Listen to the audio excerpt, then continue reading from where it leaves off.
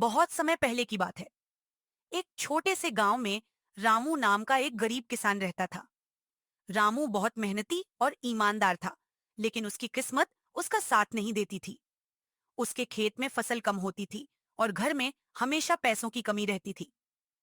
रामू अपनी पत्नी सीता और छोटे बेटे मोहन के साथ एक छोटी सी झोपड़ी में रहता था। एक शाम रामू उदास होकर घर लौटा। सीता, क्या हुआ जी? आज फिर खेत से खाली हाथ लौट आए? रामू दुखी होकर, हाँ सीता, इस बार भी फसल खराब हो गई। समझ नहीं आता, भगवान हमारी कब सुनेंगे? मोहन, पिताजी चिंता मत करो, एक दिन सब अच्छा होगा। रामू बेटे की बात सुनकर मुस्कुरा तो दिया, लेकिन उसके मन में चिंता बनी रही। अगली सुबह रामू लकड़ियां लेने जंगल गया। रास्ते में उसे एक पेड़ के नीचे एक सुंदर हरा तोता घायल पड़ा मिला। तोते का एक पंख जाल में फंसा हुआ था। तोता कमजोर आवाज में, बचाओ, कोई मेरी मदद करो। रामू तुरंत दौड़कर गया और सावधानी से जाल काट दिया।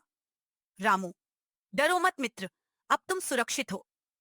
तोते ने आश्चर्य से रामू को देखा। तोता, तुमने मेरी जान बचाई है, बदले में मैं तुम्हारी मदद करूंगा।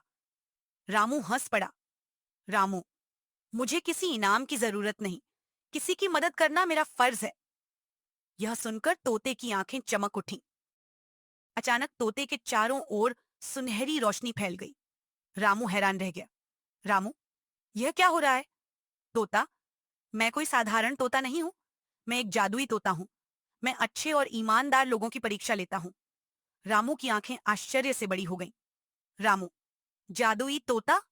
तोता, हाँ, और तुम्हारी ईमानदारी से मैं बहुत खुश हूं। तोते ने अपने पंख फड़फड़ाए और एक चमकदार बीज रामू के हाथ में गिरा दिया। तोता, इसे अपने खेत में बो देना। अगले दिन रामू ने बीज खेत में बो दिया। सुबह जब वह खेत पहुंचा तो उसकी आंखें खुली की खुली रह गईं। जहां एक बीज बोया था, वहां एक विशाल पौधा उग चुका था, जिस पर सोने जैसे चमकते फल लगे थे। रामू, हे भगवान, यह कैसे संभव है? उसी समय जादुई तोता उड़कर आया। तोता, ये फल सोने के नहीं हैं, लेकिन इनकी कीमत बहुत ज्यादा है। इन्हें बेचकर तुम अपनी गरीबी दूर कर सकते हो। गांव का लालची जमींदार भैरव सिंह यह सब देख रहा था। उसकी आंखों में लालच भर गया।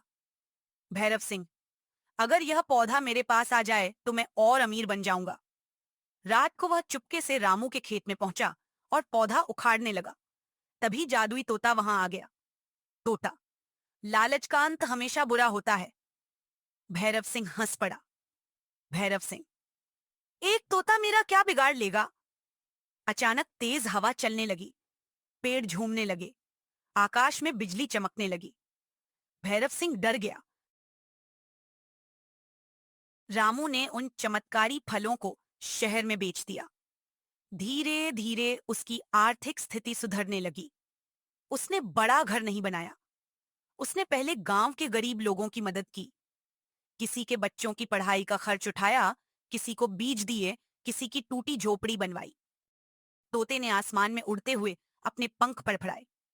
पूरे गांव पर सुनहरी रोशनी बरसने लगी। अगले मौसम में गांव के हर किसान की फसल शानदार हुई।